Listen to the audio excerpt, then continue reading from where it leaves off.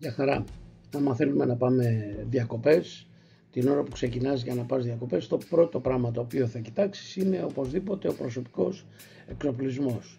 Αυτό έχει ορισμένους παράγοντες που το επηρεάζουν. Ένας είναι ο εξοπλισμός που θα πάρουμε, πόσο κρατάει το ίδιο μας το ταξίδι. Δεύτερον είναι ποια εποχή θα πάμε, δηλαδή άλλο εξοπλισμό θα πάρουμε, πιο βαρύ εξοπλισμό το χειμώνα και πιο καλοκαιρινό τις άλλες εποχές. Ένα σημαντικό είναι να κοιτάμε να έχουμε ποιοτικό εξοπλισμό, γιατί το αλάτι και η θάλασσα φθύρουν γρήγορα και πρέπει ό,τι έχουμε πάρει να μην κρατήσει μόνο για μια χρονιά, μπορεί να κρατήσει και για παραπάνω. Πρέπει να σημειώσουμε ότι ο ατομικός εξοπλισμός δεν αντικαθιστά τον εξοπλισμό ασφαλείας των σκαφών. Ξεκινώντας θα πούμε για τον ηλιακό φορτιστή, το οποίο θα χρησιμοποιείται για τα μέσα επικοινωνίας, για τη φόρτιση και την προστασία θα μιλήσουμε. Ηλιακός φορτιστής σημαίνει ότι μπορεί να φορτίσουμε την μπαταρία του κινητού μας με μια τέτοια συσκευή. Ένα κομμάτι επίσης πρέπει να προσέξουμε είναι η προστασία του τηλεφώνου μας. Όταν έχουμε το τηλέφωνο πρέπει να το έχουμε σε μια αδιάβροχη θήκη, η οποία δεν είναι ακριβή, αυτή μπορεί να κάνει 5-10 ευρώ, εξαρτάται τι θέλει να κάνει κανείς. Επίσης έχουμε το δεύτερο κινητό. Μπορεί να έχουμε περίπτωση να χρειαστεί να έχουμε ένα δεύτερο κινητό, μια δεύτερη γραμμή, γιατί μην ξεχνάμε ότι στην Ελλάδα και σε όλο τον κόσμο σχεδόν δεν πιάνουν παντού όλα τα κινητά. Ένα άλλο, μην ξεχάσουμε τα καλώδια τα οποία είναι για τη φόρτιση των κινητών, και αυτό το τελευταίο είναι το PLB, είναι σε ορισμένες περιπτώσεις είναι και περιττό, αλλά εγώ το συστήνω πολλές φορές γιατί δεν ξέρει κανείς τι συμβαίνει σε περιπτώσεις ιδιαίτερα. Γενικότερα όμως πρέπει να έχουμε θήκες αδιάβροχες για τα προσωπικά μας έγγραφα. Το πολυεργαλείο είναι ένα μικρό αντικείμενο, εδώ σας δείχνω ένα συγκεκριμένο, αλλά είναι πάρα πολύ ενδιαφέρον γιατί μπορεί να κάνουμε πολλά πράγματα. Ένα θέμα που θα πρέπει να το εξετάσετε πολύ σημαντικά είναι ο φακός κεφαλής. Μην πάρετε φτηνιάρικο γιατί είναι για να τον πετάτε.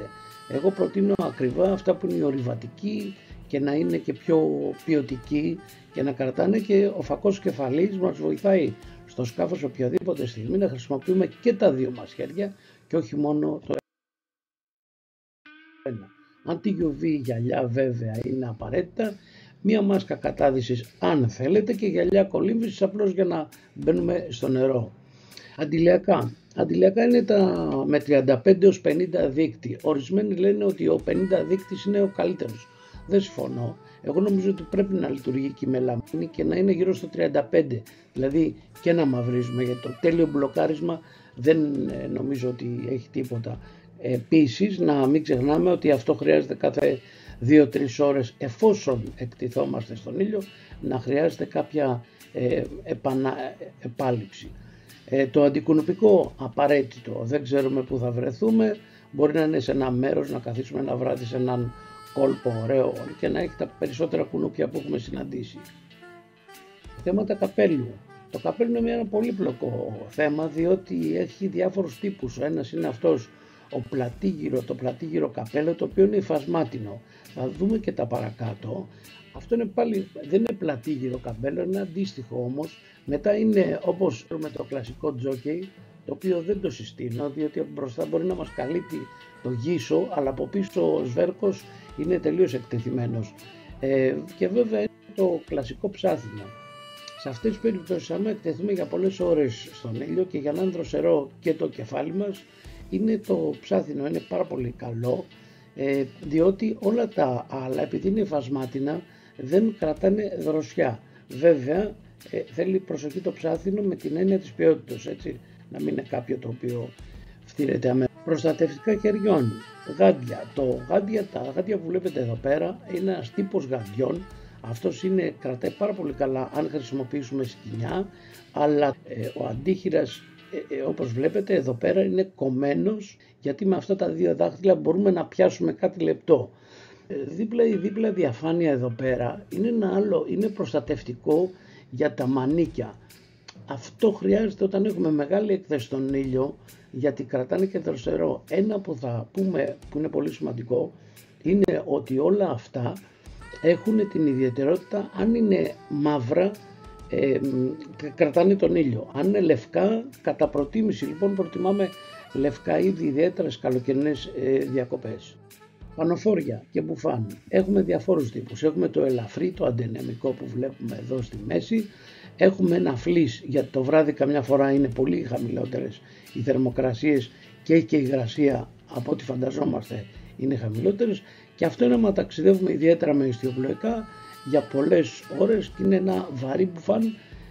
Αυτά δεν είναι οικονομικά μπουφάν, είναι ακριβά μπουφάν, αλλά θα το πάρετε για μια ζωή. Είναι πολύ ανθεκτικό και έχει για όλους τους καιρούς και βέβαια όπως βλέπετε σε αυτά υπάρχει και μια προστασία, υπάρχει και κουκούλα η οποία είναι σε περίπτωση που θα το χρησιμοποιήσουμε για πολύ κακούς καιρούς και γίνει οτιδήποτε στη θάλασσα και χρειαστεί και πέσουμε οτιδήποτε, μπορούμε να βάλουμε και την κουκούλα αυτή. Εδώ μετά έχουμε τα quick dry. Πολύ χρήσιμα αυτά, διότι το quick dry μπορεί να το φορέσουμε όλη την ημέρα, είναι πάντα δροσερό αυτό, παρόλο ότι είναι μακριμάνικο είναι δροσερό και ιδιαίτερα αν προτιμήσουμε άσπρα χρώματα. Αυτά πλένονται πάρα πολύ εύκολα και στεγνώνουν και πάρα πολύ γρήγορα, το λέει και η λέξη. Επίσης είναι και το κοντομάνικο το quick dry. Άλλο που δεν πρέπει να ξεχάσουμε είναι μαγιό και σορτσάκια. Από αυτά είναι θέμα ποικιλίας. Προτιμήστε όχι αυτό το χρώμα εδώ το συγκεκριμένο, το μαύρο, να είναι λίγο πιο ανοιχτά. Η θερμοκρασία που μπορεί να αναπτυχθεί είναι περίπου γύρω στους 10 βαθμούς παραπάνω απάνω στο δέρμα μας. Δηλαδή να το νιώσουμε πολύ πιο πολύ το μαύρο χρώμα. Παπούτσια ιστιοπλοϊκά. Εδώ πέρα λοιπόν έχουμε πάρα πολλά θα μπορούσαμε να πούμε πολλά. Το ιστιοπλοϊκό παπούτσι είναι πάρα πολύ ok και μας κάνει και τη δουλειά μας.